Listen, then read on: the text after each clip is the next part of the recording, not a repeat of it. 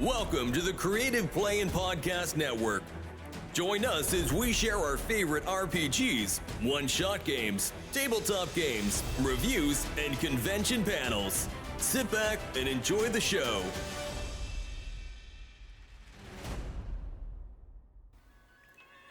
Hi, this is Kelly, aka Trixie from Ragnarok and Roll, assigned to Ragnarok Story, and Tilda Wimblewick from D&D Journey of the 5th Edition. First off, I would just like to say thank you to everyone for listening to our varied adventures, as well as for rating us on iTunes and RPGpodcast.com. If you haven't rated us yet, we would greatly appreciate it if you could. And if you're looking for more ways to support our efforts, we are now on Patreon, a great site where you can help us continue making more podcasts, as well as some special surprises for our patrons. If you can, please look us up at www.patreon.com/cppn. Every little bit helps. And again, thank you for listening. Hey guys, welcome back to RPGaDay 2023. It is August the 10th, which is Favorite Tie-In Fiction. And because I don't write any fiction except for game material, I invited two great guys that I know that actually have fiction as well as their role-playing material that they make. Justin, John, welcome back. John, let's put you first in line here since Justin was yesterday. What do you have for your favorite tie-in fiction? You might have a thing, right? Well, there's so many. But I've been blessed in so many ways. Here's a story. My grandfather and grandmother raised me. And when I was growing up, for over 20 years, every week, my grandfather would take a bus into New York City and go to his fancy club in a restaurant called Sardi's in New York City. And once a week, he'd go there and he'd come back. He'd go there most of the day. And then he'd come back and he'd regale Grandma and me. And he'd be like, "Oh, God, Walter keeps bragging about every place he's gone to. And, you would not believe what Isaac was talking about. These silly things he always writes about." Anyway, now, it took me several years.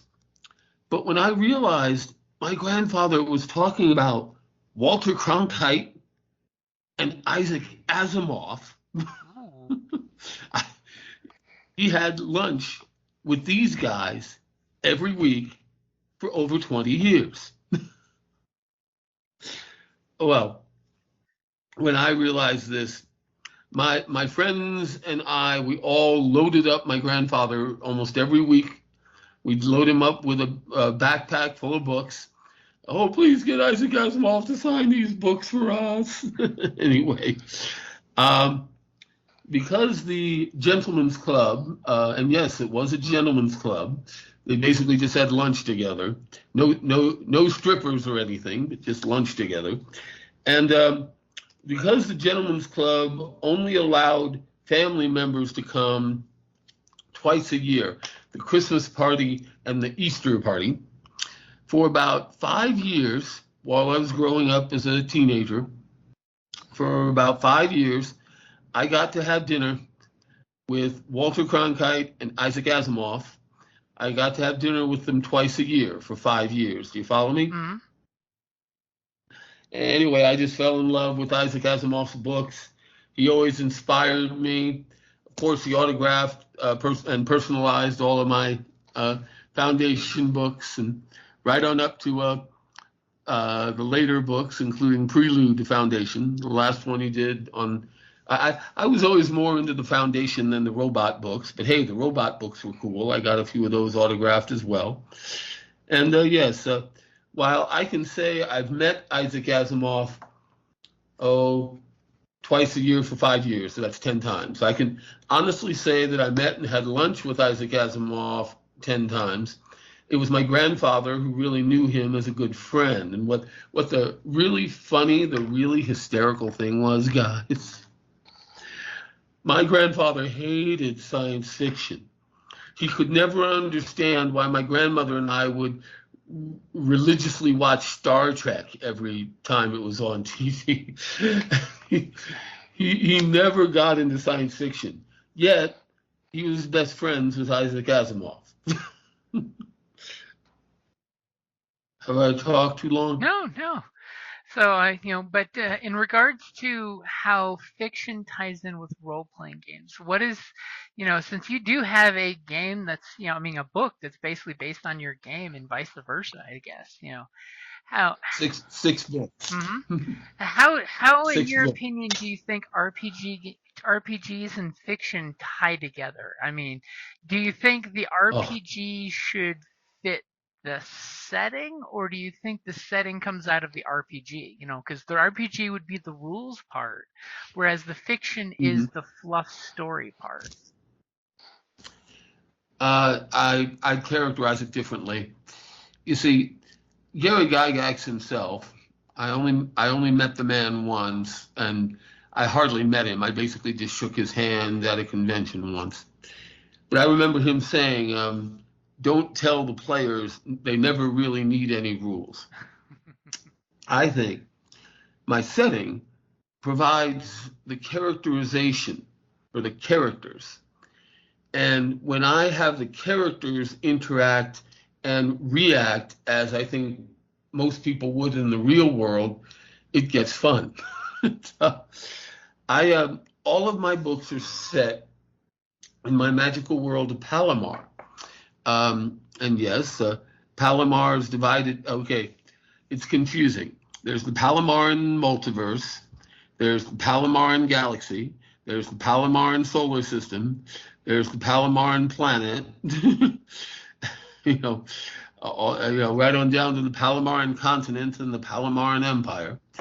I mean, I could go into 8 hours on this, James. You shouldn't indulge me, but with three surface continents, the underwater rivers and oceans, and of course the Underdark, all just in this one planet that I've been developing. Oh yes, I've never had writer's block. I draw inspiration from hundreds of myths from all over the world, and I'm very lucky because I just take a couple of adventures that my players have played in, tweak them, embellish them. Sometimes I change a little things here and there, but yes, I have 6 books out. All of them are very different. Each one has a different focus, and I can say that I've been very lucky because I've never once had writer's block. There are 3 ways to write a book, and please cut me off if I'm going on too long. There are 3 ways to write a book. There's the Isaac Asimov way, where you come up with a whiz-bang ending. You come up with a smashing, universal-changing ending, right? Mm-hmm. And then you back up a year or 2 in the story, and then you start with all the little subplots, with everything building, coming together, right to the big bang ending. Okay? I call that the Asimov way of writing books. The second way, oddly enough, is the Tolkien way. Tolkien, or some people say J.R.R. Tolkien. It's really pronounced Tolkien. Well, anyway, Tolkien just started writing the book, and he let the book write itself. I remember reading in his papers, and believe me, I've absorbed everything he's written. He constantly talked about how he did not even have the One Ring developed as a story plot until the Council of Elrond. When he got to the Council of Elrond, he's like, okay, we need a reason for these hobbits to leave their home and go to the Council of Elrond. So he actually went back and wrote the ring in. So the first chapter of The Lord of the Rings is like one of the latter chapters written. It's written late. Never mind. Okay. But anyway, that's the second way. The third way I like to think of as the James Clavell way. James Clavell wrote a lot of wonderful books, and he used his Asian saga, basically historical events in Asia, everything from the shogun, with the Tokugawa shogunate consolidating its power, with the story of the real pilot's name was Adams. I think it was William Adams. But anyway, William Adams, of course, is the model for Anjin-san, or John Blackthorne in the Shogun book. Anyway, what the third way, what Clavel did, he took historical events or historical backdrop building up to big historical events, and then he put imaginary or changed named characters in those events and helping the events develop. Does that make sense? Mm-hmm. So there's the Asimov way, the Clavel way, and the Tolkien way. And I generally like to write the Asimov way. I like to know where I'm going. Where's the big finish? What's the gigantic cataclysmic da-da-da-da bang ending? And yes, I have a couple of epilogue chapters, tie everything up in my books. But I don't like to write like Tolkien did, where I just start writing and just see where the book goes. That to me, I think, is rather risky. The classic And I like the Clavel way, but I prefer the Asimov way. So when it comes to the RPG and the fiction, how do they support each other? I mean, do you make sure in the books to sprinkle things that are just like in your RPG games is little tidbits for your players, so when they read the book they can totally go aha when it comes to the gameplay? Yes. Or how do you normally try to do that? Do you let the gameplay create it, or do you let the fiction create it first? I let the fiction create it first. Now I try to do it in different ways. Sometimes I'm overt. I will actually say in my book, by sheer will, the hero manages to shake off the wicked charm spell from the evil succubus, right? So it would signal to the reader, aha, he made his saving throw. But I'm not going to say in the book, oh, he rolled a dice and he rolled a dice and made his saving throw. No. And never ever leave a big blocky description. You could lose yourself describing a character for like a whole page, when just throughout the book you can add things like, oh wow, the purple dragon's breath weapon, when she fired it at the evil humanoid fleet of ships approaching, her laser bolt breath weapon was so bright it actually blinded people who actually looked at it directly. Like that's a trait from a purple dragon from a Dragon magazine. Mm-hmm. Dragon magazine, they finally completed all the colors: purple, orange, and yellow, along with all the other colors that were listed in the original monster manual. So I just took a dragon that had not really been used in fantasy settings yet, and then throughout the book I would drop something that, oh yes, the dragon decides to change into a human form to interact and have fun, and I went to Dayton. I would get a job. I'd have some laughs. I'd pretend to be a human, and then something always blows the dragon's cover, and it always causes a big ruckus. Hence my third book, Pivotal Ruckus. I don't want to give away too much, but to answer your question, RPG rules, they can be very cumbersome if you just write them out specifically. It's better to weave them into the story. Like the evil succubus demon, instead of like spending a half hour describing how pretty she is, just like instead just say something like, the evil succubus demon smiles and flips back her lovely blonde hair, and suddenly the fighter, I'm just making this up, the fighter, Hergon just finds his will slipping away, like, wow, she is just so pretty. Oh, I want to spend some time with her, I mean, again, people reading find that a lot more engaging than, aha, the succubus casts a charm spell on the fighter and he fails his saving throw. You get the idea. Mm-hmm. So it's basically the art before the math, which is a method I like.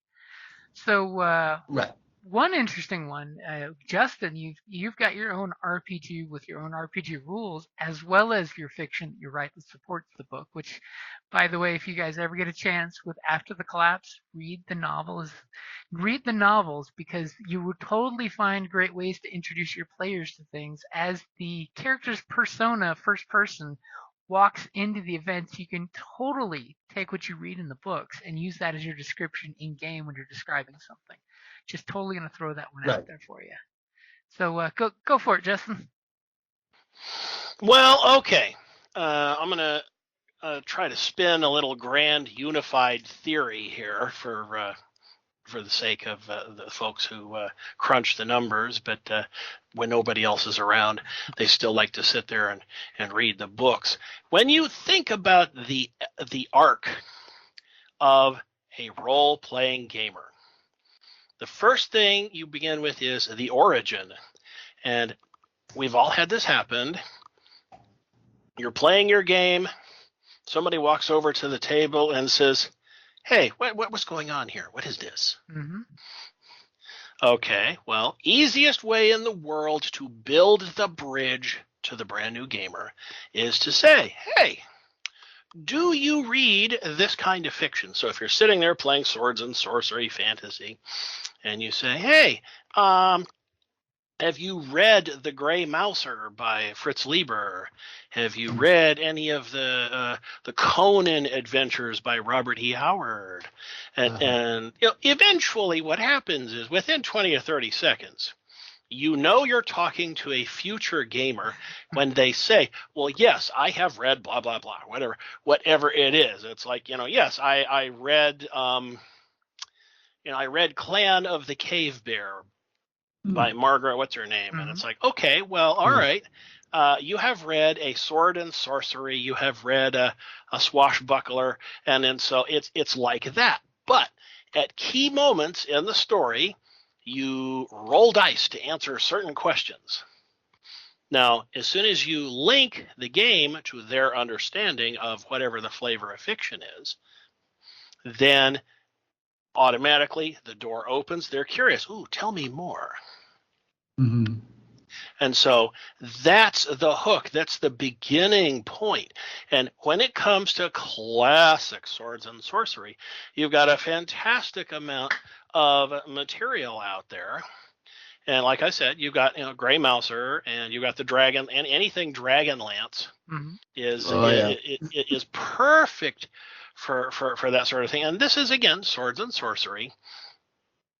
So in my own world of post-apocalyptic, there's 10,000 post-apocalyptic novels out there that have all been made into movies. But all I ever have to say to anybody when I'm sitting there, whether it's After Collapse or Gamma World or whatever, and somebody, "Have you ever seen the Road Warrior movies?" "Oh, yes." "Okay, it's like that, but this is done at the table with the dice and perhaps a bit more beer." So that's how that's how that works. So you're using what the potential future gamer already knows about fiction, because in so many cases the pattern of the fiction, the art, as James would say, does in fact come before the math, because in so many things, whether it's Gray Mouser or Dragonlance or anything else you'd care to name, even any of the novels based on Game of Thrones, there's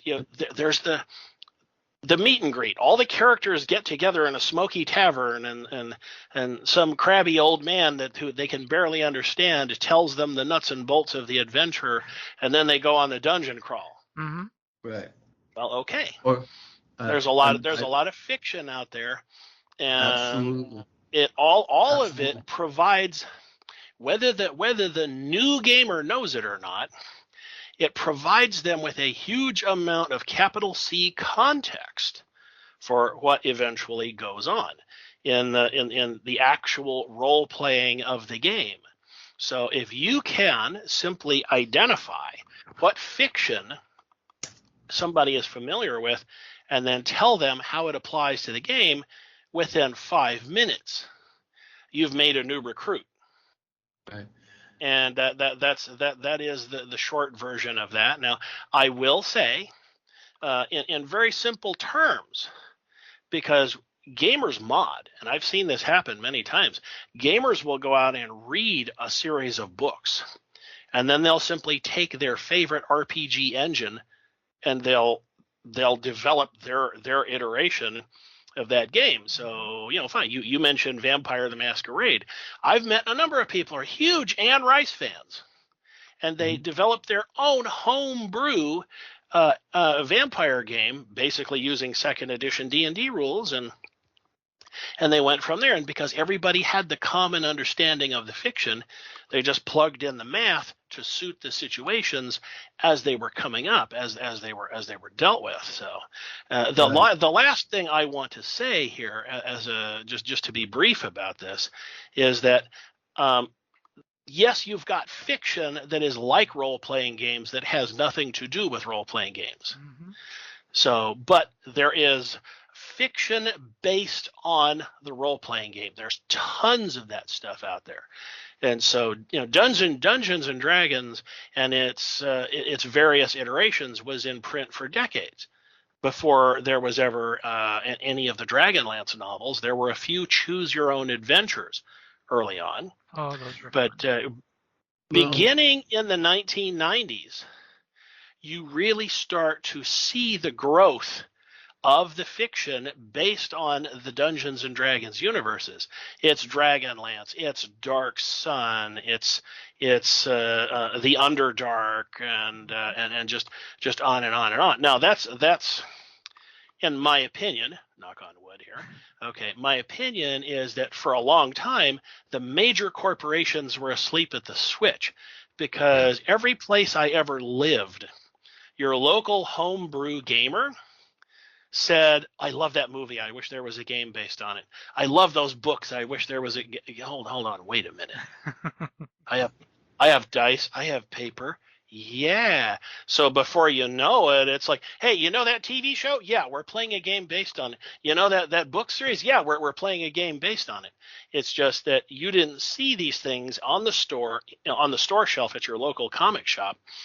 Mm-hmm. Because the powers that be, the folks who had control over the distribution networks and the money, they just didn't see the potential of it until much later on. And I have been a self-published author for the last 23 years.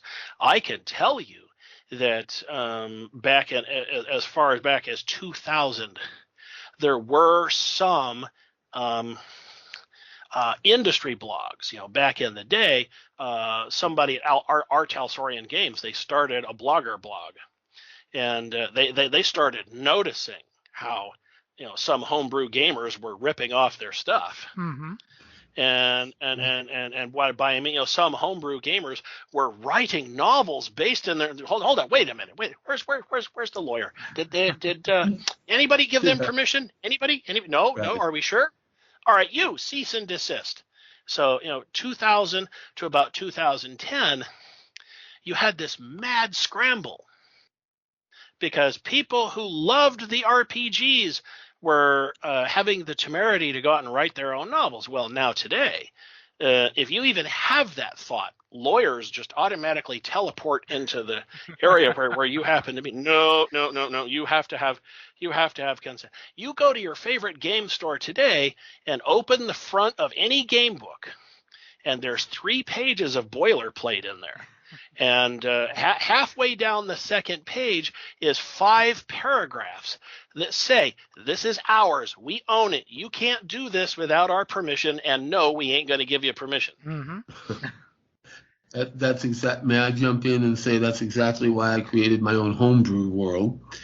And I always start off every book with a disclaimer that if names of characters are purely fictitious, and if they're it's just coincidental if there's if a person says that's my name, yeah, just in case.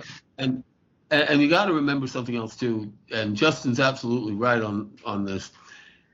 We had Tolkien, Lord of the Rings in the 50s.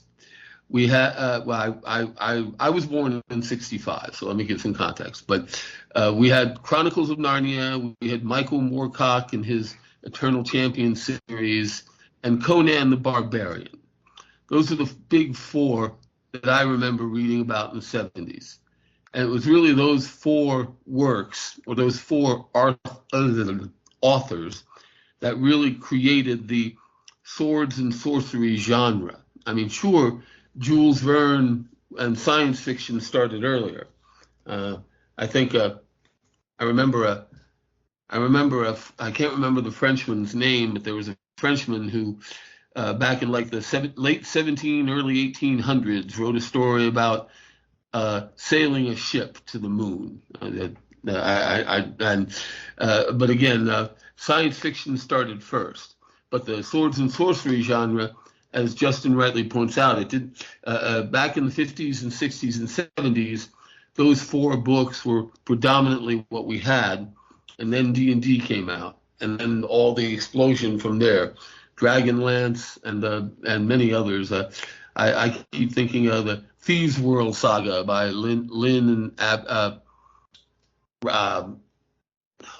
and Abby.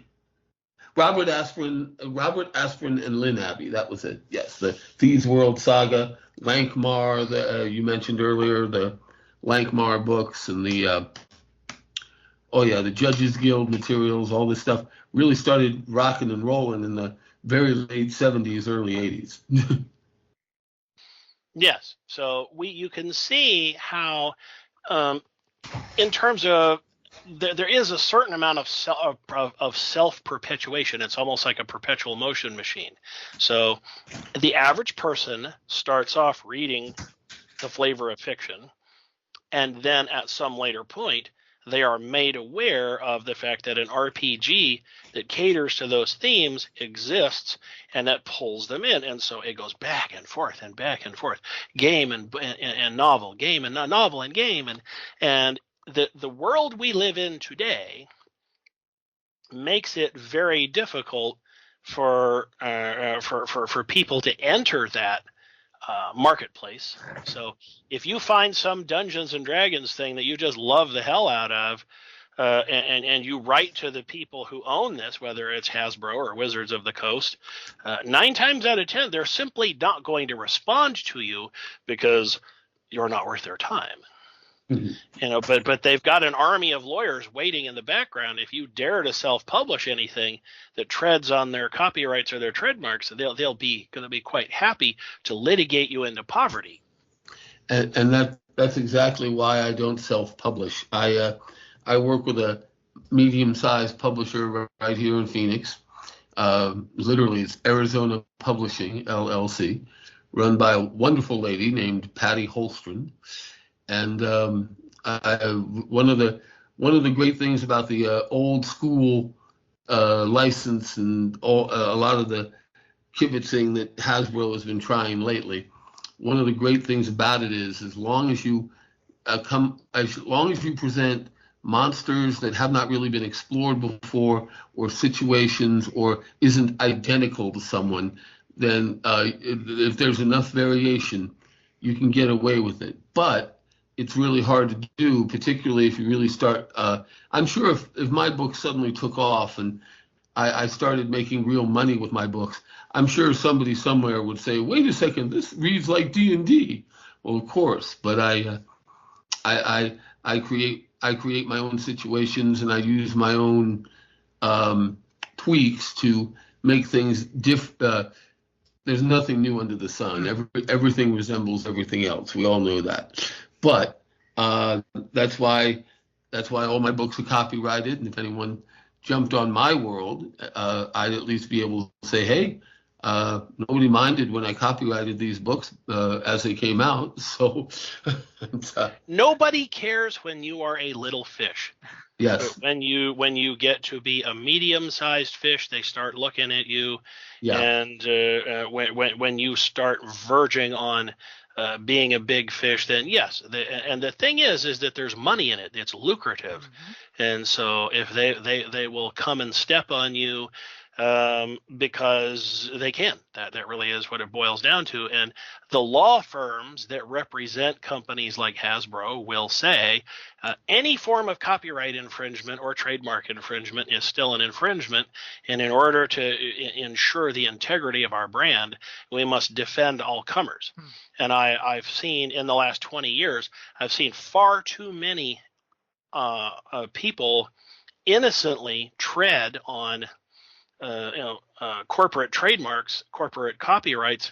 They never intended to, but they're just they're shocked when it happens, because anybody who's ever received a cease and desist letter can tell you that you don't sleep well that night. No, you have a total butt pucker moment when you see that letterhead. So that being the case, I want to come back around full circle here to emphasize the point that Jim wants to make, that there's a real tie-in between fiction and game. Now, the important thing I want to make the distinction about here is that, again, you can have swords and sorcery fiction that the game developers have no connection to, but because the themes and the flavors and the heroes and the villains are also stimulating, you can go and you can find a game that caters to your tastes, whatever it is you happen to be. So, like, if you love the Star Wars role-playing game, there's 1,000 Star Wars novels out there with ironclad trademarks, and they're happy to let you buy all of them, and it lets you continue enjoying the taste of the universe. And you will find that in the world of consumers, you have your hardcore gamers who say, no, I just want the game. No, I don't have time to read the novels. And you will have other people say, I played the game 2 or 3 times, loved the hell out of it, but this novel thing, I can sit in the bathroom, I can read a chapter, and I come out feeling great. Yeah, I love this stuff. So no more game for me, but sign me up for the next novel. Thank you. And that's exactly why you cannot copyright a name. And best of all, thank God I once saw a very funny cartoon in Dragon magazine. It was called What's New, and there was a joke in Dragon magazine somewhere, things that TSR would love to copyright but they can't. And they had words like dragon, wizard, spell, magic, It doesn't mean they didn't try. I mean, I've seen any number of games. I just wanted to jump in and just say fan fiction is different. When you're using characters that are recognizable from Star Wars. As long as you swear up front that you're not trying to make money off of it, you're relatively safe. Right. That is the fact. Now, when part of what I noticed and I get in my time machine and I go back to 1983, that's when I decided that I was going to develop my own post-apocalyptic role-playing game. I saw the immediate tie-in to fiction right there. I said, wow, is like because in 1983, the first 2 Road Warrior movies were Mad Max and Mad Max 2 Road Warrior. And I said to myself, my goodness, those are fantastic movies. Wouldn't it be so great if there was a role-playing game based on that? And I automatically said, if I write to the movie company, after they get done laughing at me, they're going to say no. So, if I develop my own game, and if I own my own game, if I own the copyrights and the trademarks, then I can say yes to me. And so then there was a period of time all throughout the late 80s that I and my friends were having the debate, which comes first, chicken or the egg? And the funny thing is, when I was working on early game mechanics, some of the people close to me said, I don't get it. I just it's all the math is giving me a headache. Where's the story in this? I don't understand. So I wrote the first novel, which is Haven's Legacy, and they read it And they said, "Oh, now I get this. Yes, this totally makes sense. I get it now." And so And that was here's my more or less was my proof of concept. So it's fair to say that by 1990, I did understand that as the world of fiction, merchandising, and RPGs, as they grow, as they become more lucrative, if I wanted to write fiction based on the game, I had to own the game. But I want to finish up here, come back to full circle to Jim's point. Every time I have anything to do with the creation of a new gamer, it's always the same conversation. What fiction have you read? And so when somebody says, I have read the Star Wars novels. Well, okay, what you see going on here is a role-playing game. Yes, there is a Star Wars game. You can go to the store, you can buy it, etc. But when those people have that hook, it's like books that I've already read. Yeah, okay, there you go. That's how you create a new gamer. Mm-hmm. And here's I'm going to jump in because here's Justin's and my big disagreement. To me, it's a waste of time developing an RPG or a game system. Just a waste of time. There's so many systems out there, and so many people like to prefer to play with their own systems. It's better to write the novels. You see, if you write the novels, I've never had any problem recruiting players. I have a waiting list. I have people like, I want to get in the game as soon as I can. Like, great, the role playing game system. Hey, thank God for GURPS. We all love GURPS, generic universal role playing system. You can use GURPS with no copyright, and no one will come after you as much as you want for a role playing system.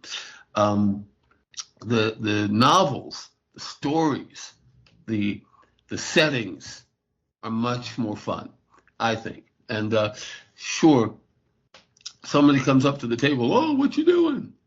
Sure, you can mention all sorts of fictional novels or stories or movies, or get them excited and get them hooked. Absolutely, I agree with Justin there. But why reinvent the wheel?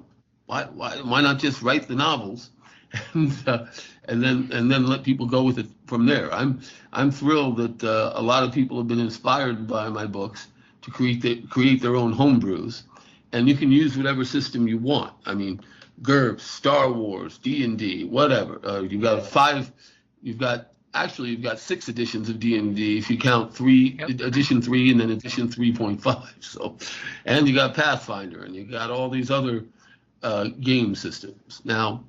Again, Justin and we have a lot of fun going back and forth on this, but I did just want to add that it's the setting, like how many cultures do you have? How many monsters? What's the plot? If you have consistency, and one thing my players love is that I'll have a non-player character drop another non-player character name in a tavern, and my players will be like, "Oh yeah, we tussled with that guy's minions a couple of weeks in real life. Oh yeah, it was a couple of months ago. We tussled with that non-player character's minions earlier. Hey, we need to keep an eye on that." Again, the novels and the story, I think, are more important than the game system. See, that's a really good point. I know 2 final topics I wanted to bring up and totally just drop down and get your guys' opinions on is, first, when you read a novel that's supposedly set in an RPG setting, but as a reader, when you can totally feel they had a story that was its own bubble, its own universe, and then they hammered in a few aspects of the RPG just to give lip service, to say that this is written in this world. Like I kind of joke about some of the old Forgotten Realm books. Before Forgotten Realms was a setting, the books came out and created all this great stuff that the RPG stole from the books. We all know R.S. Salvatore, wrote a bunch of cool stuff about dark elves that became Drow, which became copyrighted material because it was his novelization for the RPG. And the other thing, That's exactly why my Underdark is inhabited by dark elves Mhm. rather than dragons. Yep, because as I have jokingly told friends who wanted to write their own books, I'm like, dude, if you pull up the D&D free rules, that is the stuff that is not copyrightable because existed before Dungeons and Dragons ever did. Your orcs, your elves, the words that can't be copyrighted. But when you say something like drow or beholder or things that were Mind Flare. mind flayer specifically written in the Forgotten Realms, they own that shit. So if you drop any of those names, you will get a nice letterhead in the mail, and apparently Pinkertons nowadays, because that's what Wizard does. So my question is, what is your opinion when you feel someone writes a great story, but then hammers in a few things to make it sound D&D-ish, or fit into an apocalyptic setting? And the second thing is, what is your opinion on lit RPG? Because that is the new baby. I mean, the literary role-playing game style of writing, where they literally take a book and they meta game the RPG into the book. So you have characters talking in first person where they're like, I see this, I con the target and see their stats. And they totally bring in the meta RPG rules into a book, which I personally, as someone who enjoys writing, I do love lit RPG books for what they are. I totally don't take them as like serious diehard fantasy because it's literally just an interpretation to me. But what's your guys' opinion on those two topics? In the interest of fairness, I'll let John go first. And have you come in and correct me? No, you go ahead, Justin. All right. Okay. Let us begin this way. Okay. Everyone, please rise, clasp your hands together, and repeat after me. Money, money. Okay, these things exist in the marketplace because there's enough consumers out there who are willing to buy them, and if nobody would buy them, then big business wouldn't hire lawyers to defend them. That is the bottom line basis for all these things. Now, from a philosophical point of view, you can be for them or against them. As an ethical point of view, you can be for them or against them. And I will do a quick flashback here, talk about my own experience. So when it became known among my friends that I was going to develop a role-playing game, at first the majority was generally supportive. Yeah, you're full of hot air. That sounds like something you could totally do. And then as my project got closer and closer to becoming a reality, then all of a sudden the supporters become skeptics. Well, I don't know. There were some people who would say, "Oh, that looks so good. I want to be involved. Let me work on a piece of this." And then so I would talk to them about what that would actually involve. Well, you have to show up for these meetings, and you have to agree to do this role play. You have to do this game testing, and I'm going to generate a spreadsheet page for you, and I want you to record your dice rolls, and it's like, whoa, hold on. I said I wanted to work on your game. That sounds like work. Well, yes. What if you're going to work on the game? What exactly do you think you're? Well, I was hoping for the fun, and so then all of a sudden they beg off.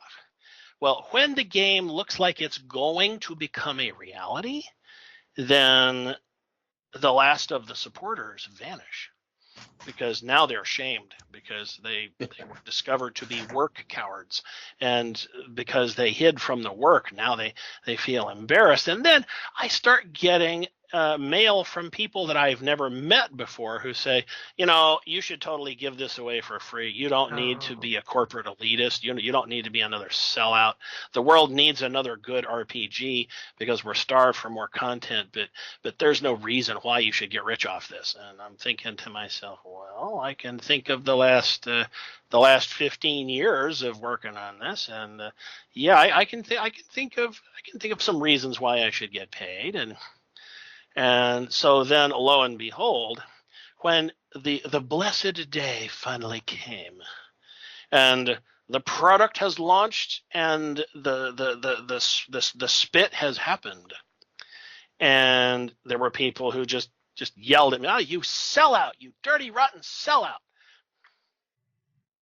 And then all of a sudden, there was this period of empty silence. And then all of a sudden, after that, the people who start talking to me are people who make more money than I do. Hey, what you doing? What's a guy like you doing in a neighborhood like this? Gosh, you seem so vulnerable.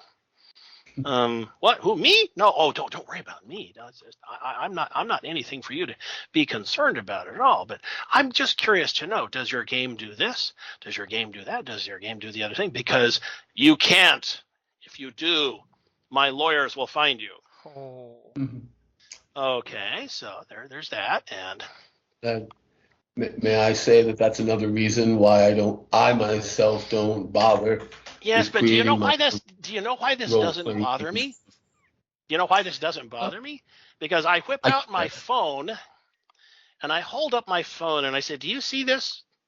This is the phone number to my publisher. I totally know this guy. This guy will back me to the hell. He will go to hell with me if I want him to." Oh, and the thing is it's a joke because I am the publisher. But it's like I know this guy. He and me, we have shared the mud and the blood, and they will fight for me. And these other people who are sniffing me out are like, okay, all right, yeah, sure, cool, man, cool. Just and we'll Justin, just let it alone. I sure hope, Justin, your bluff is never called. I hope that's.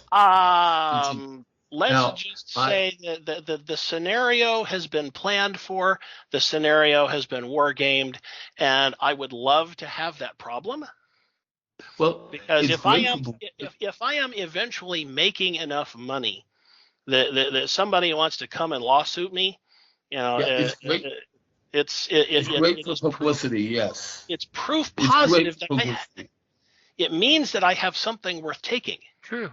Right. That's what it boils down to. So whenever I want to write another novel that is based on my game, I know exactly who to talk to. Now he's hard to reach sometimes, because there's days when he's off fishing or he's out messing around with his wife or some damn thing that I just can't understand. But when I can get a hold of him, he's totally there for me. And that's why I'm delighted I have a publisher. And yes, I actually agree with you. Your publisher. I actually agree with you on many levels. Justin. But again, there is one conversation you might have with your publisher that I will never have with my publisher. My publisher is never going to call me and say, "Hey, Justin, we just got a visit from a guy with a cease and desist letter, and we love you, man. We absolutely love you, but you're not pulling in enough G's for us to fight this lawsuit. So we're going to terminate our contract. We're going to encourage you to explore other options, and we're going to go hide from these very scary people." I am never going to have that conversation with my publisher. Justin, I still say I'll never have that discussion with my publisher. She is a very dear friend of mine, and that's why I'm trying to get as many books out as I can. That's why I've gotten 6 books out in the last 8 years. I usually get out a book a year, and that's why I was delayed 2 years by COVID. Everybody was. But the thing is, with my publisher, and it's a shame that she's actually thinking of retiring because her regular job, it's funny, her regular job, she publishes nonfiction books. So in her spare time, in her fun time, she publishes fiction books with authors like me. But yes, I can proudly say my publisher is with me also. And again, without the game system, thank God for freedom of speech. We can write in a book almost anything we wish. Now, James, I'm going to put you on the spot here. James, you've read at least 2 or 3 of my books? Yep. I have the fourth one. I Okay. have not read it, but I've got 3 under my belt. Okay. Let me ask you something. Did you ever feel reading my books that you needed to be a D&D player to enjoy them? No, it's got the fun, campy fantasy level where it's not specifically hammered into any one peg of fantasy style writing, but that it's free form enough that you're not dropping any buzzwords or like that's one of the ones that as I'll totally throw it out there as a kid growing up starved for Star Wars content in the 80s. How many novels did we get in what is now called Legends that was a novel Yep. written that had nothing to do with a galaxy far, far away, but they hammered in buzzwords just to make it sound Star Warsy, And I'd like to address that because there's a reason for why that is. Mm-hmm. Okay. Go ahead, Jess. When you're a publisher and you want to cash in on something, the commonly accepted wisdom is that you have to go find a subject matter expert who is steeped in that thing. Mm-hmm. But there is such a thing in the world of money called a shortcut.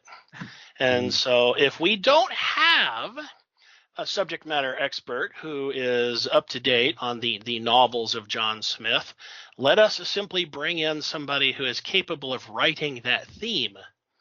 And because John Smith is a production monster and he can knock this book out before lunch, we'll pay him for doing exactly that. Then we'll have our own editors go back in and we'll have them pick and choose a few parts of the story here and there, and we'll change a few words. We'll add the content in. In some worlds, in the world of theater and television acting, this is called phoning it in. And it is a simple shortcut that saves money. It allows any publisher who engages in the practice to get their material out there to cash in right now, because all publishers know that all themes are cyclical and we want to cash in on this now. We don't want to wait for the next 25 years for the wheel to come full circle. We want to get our money now. And that's why I'm particularly and so blessed. My publisher has never once interfered with my plots or my content. It's never once had said, John, we have to change this or cut this or rewrite that, But let me tell you a story. The bottom line is you really have to love what you're writing. You have to love what you're writing about. When you're swimming in the ocean, you must know that there are sharks in the ocean, and you must choose your swim trunks accordingly. If you put on the black nylon, you can swim with the sharks all day long. But if you insist on strapping on beefsteak, you better get ready to be noticed. Right. And here's the fun part. One time, at about 3 a.m, I got a phone call from my publisher, John. The printers made a terrible mistake in your third book. I think it was Pivotal Ruckus. Like 2 chapters were like omitted and put near the end when they were really when we wanted them in the beginning. You need to rewrite these 2 chapters, and you need to get this to me in 3 hours. I had to finish by 6 a.m. So guess what?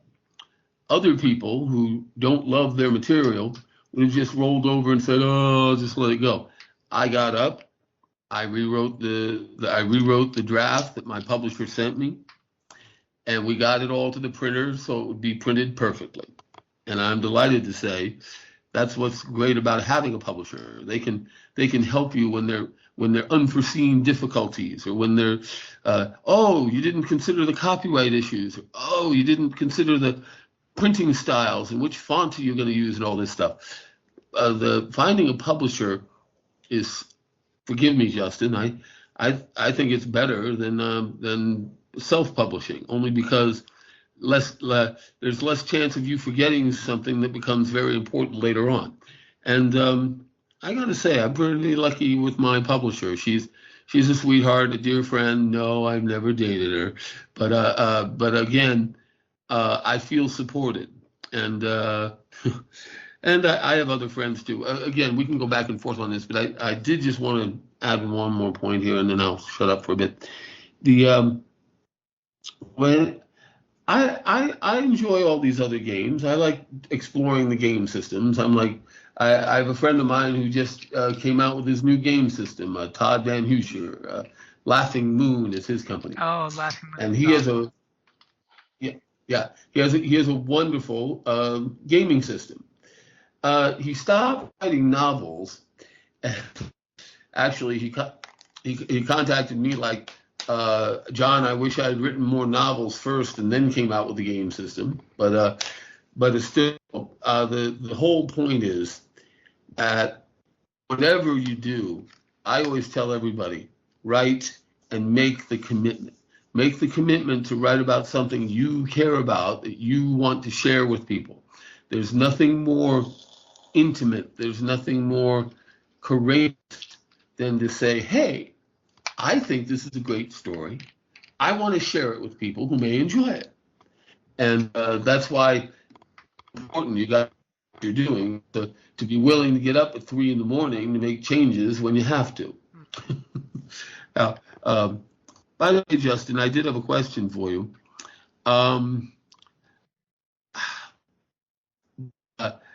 The role-playing system the role-playing system you developed, what is it similar to? Is it similar to D&D? Is it similar to GURPS? Is it similar to Pathfinder? Is it similar to the Star Wars role-playing game? Is it similar to the Firefly role-playing game or the Dune, D-U-N-E, Dune role-playing game?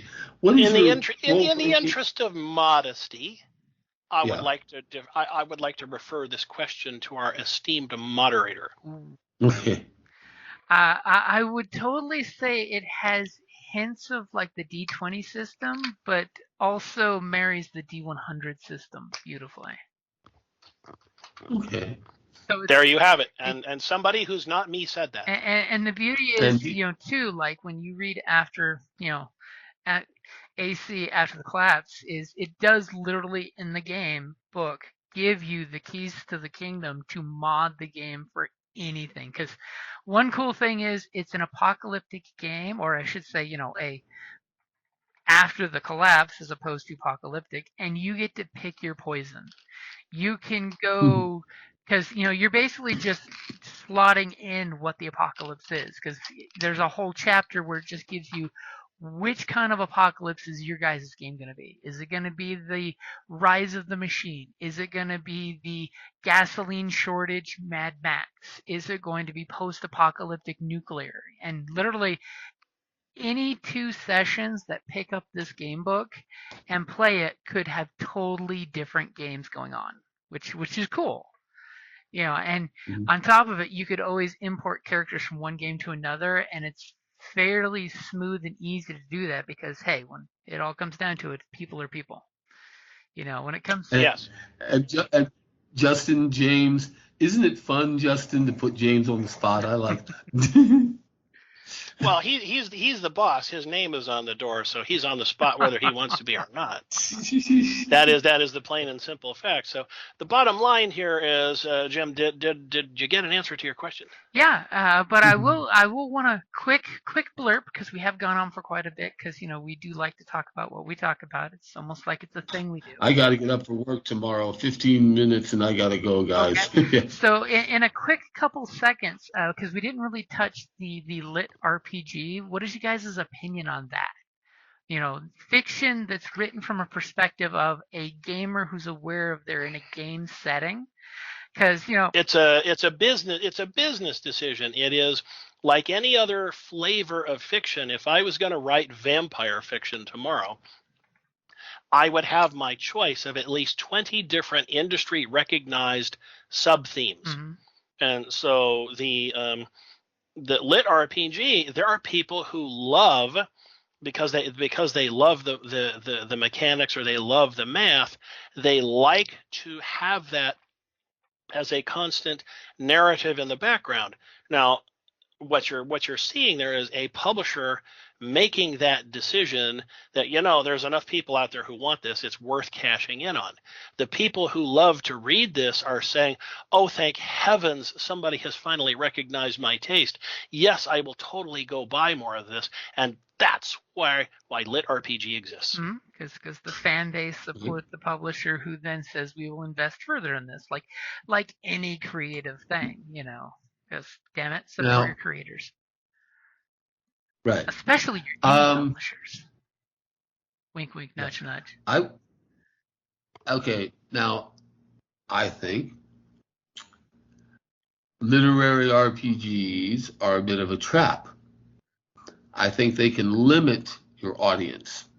When I write my books, I try to make them appeal to a wide, the largest majority of people possible. It's so easy to get lost in RPG references. I think my biggest problem with my first book is I actually sneak in there some movie references, and it's been pointed out to me that movie references kind of disrupt the flow, if you will. So I'm not actually disagreeing. I'm just simply saying that as you want to write to appeal to the largest group possible, that's why I focus more on my characters than worrying so much about RPG rules and traditions. Does that make sense? You make sure to take care of the art, not the RPG. You're focusing on your preferred cup of tea. Mm-hmm. Right, and sharing that with as many people as possible.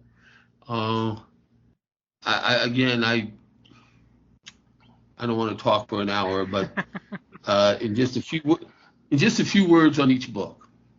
My first book is more like a Game of Thrones story, where you've got many people competing for the throne of Palomar.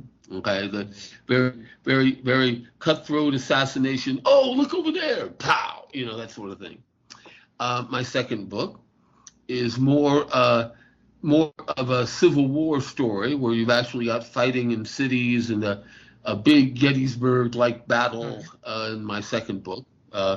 Though no guns or cannons, medieval equipment and spells, and the Game Masters University, of course. Then that's my second book. The third book is my ocean-going book, my pirates, my sea invasion, wooden iron men. And oh yeah, is that an angry dragon flying toward our fleet to destroy us? Right, exactly. Right. So my fourth book is my coming-of-age story. 26-year-old dragon. Now, granted, 26 years old is not young for humans, but a 26-year-old dragon is just barely a toddler, and if he sneezes too hard, his lightning bolt breath weapon will fire. Anyway, so my fourth book, Academic Mayhem, that's a coming-of-age story. My fifth book is my attempt at a trashy romance, Unexpected Entanglements, where I have the two most unlikely, unimaginable lovers. A chivalrous, noble, heroic, bit of a self-righteous prick paladin, and a wickedly evil, amoral, very seductive, evil anti-paladin. Her attitude is, oh, I have to kill 1 billion people to get what I want? Well, too bad for them. But yet, as Paula Abdul always says, opposites attract. So, and my sixth and final book, or I shouldn't say final, but my most current book, is a time travel story. Throughout my books, I have a elderly gentleman, a nice gardener, a healer. He grows his own poisons. Medicines in the Imperial Palace Gardens. He has the spy master for the Imperial. And yes, I avoid the Palomar Imperial Secret Service for obvious reasons. No one wants on by the government. So Imperial Palomar and Secret Service. Anyway, so many people love this character, and my publisher was like, "Hey, John, can you give us a time travel story where this character is now young hotshot teenager running around Paladon City trying to build his power base. So I the will of my fans, and I'm excited. I think my 6th book, Twisted Timeline, I think is a very involved story, and best of all, you don't even have to read the other books to really appreciate what's going on, because I try to make my characters relatable. What would what would motivate a character? Why would they want this, or why would they want to support and defend this person? Or are they in love with this person? Or are they after money? Or is it a combination? What are the motivations of people? And to me, these are more important than RPGs. They're definitely more timeless. I would definitely say that. So yeah, I definitely think we've tangled a big knot of tie-ins between RPGs and fictions, and it's probably a good place to wrap it up for the 10th. And I'll see the rest of this month if we can sneak you guys in on a interview between our outside of gaming, real life, busy schedule, and knock out a few more RPG-A-Day episodes with you guys.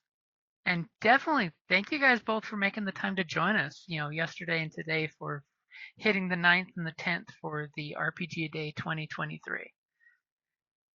And we will definitely be posting links for your guys' books, as well as one of the newer ones of Justin's that I've actually just picked up, because I totally was just snooping around on Amazon on my wish list, and I'm like, oh yeah, that's right, I never did pick up the Insights into Building Your Own RPG book.